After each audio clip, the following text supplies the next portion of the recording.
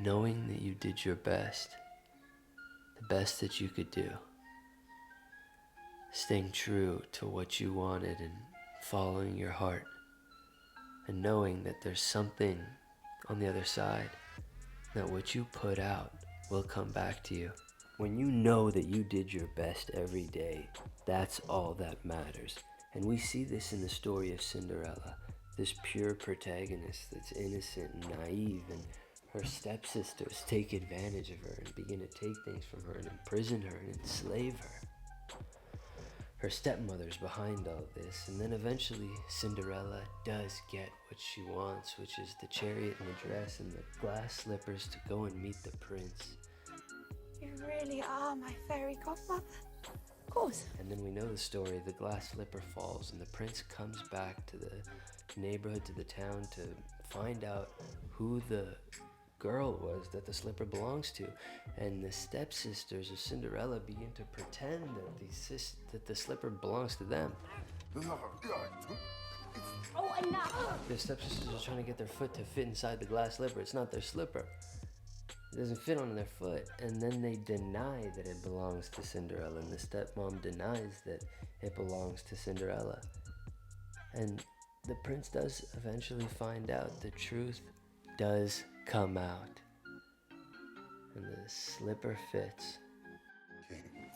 I forbid you to do this. And I forbid you to forbid her. Cinderella has an evil stepmother who demands things from her. She doesn't want the best for Cinderella. She wants to control Cinderella. And Cinderella remains ethical and kind and true to her own nature throughout all of this. You have never been, and you never will be my mother. Cinderella stands up for herself against these people. And she forgives them. I forgive you. And Cinderella goes off.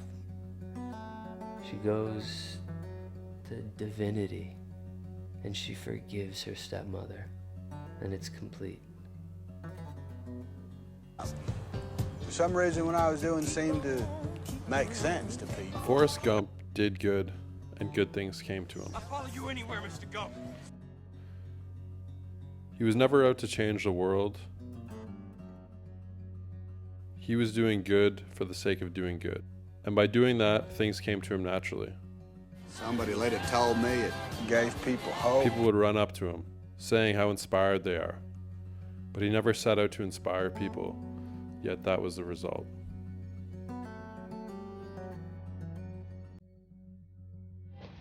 Some of those people asked me if I could help them out. Hey, man!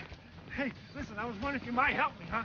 Listen, I'm in the bumper sticker business, and I've been trying to think up a good slogan, and since you have been such a big inspiration to the people around here, I thought you might be able to help me jump into... Whoa, man! You just ran through a big pile of dog shit!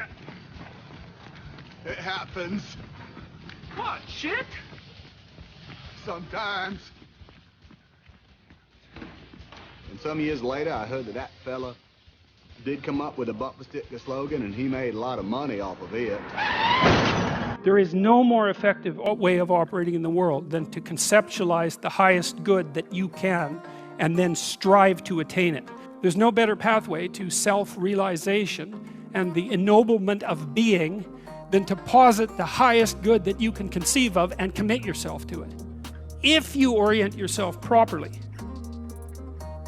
and then pay attention to what you do every day, that works.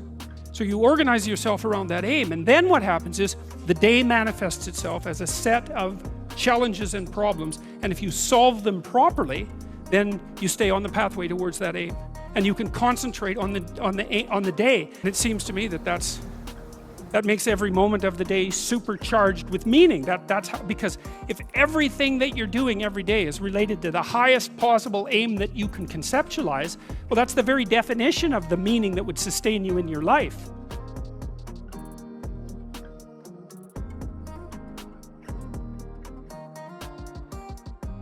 So you were shot in the face at 15 years old, and you have no anger towards the man who shot you.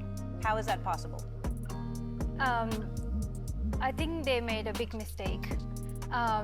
because I was fighting for the right of education right from the beginning when the Taliban stopped girls from going to school. But I had this little bit of fear that what would happen to me, how would I feel if someone attacks me. But after that incident when I was attacked, that fear just went away. And as I said in my speech at the United Nations, that my weakness, my fear, and my hopelessness died on that day. And I became stronger than before. And now I strongly believe that nothing can stop me in this mission, in this campaign of education to say that girls deserve the right to go to school. So you won the Nobel Peace Prize, and how did you find out you won?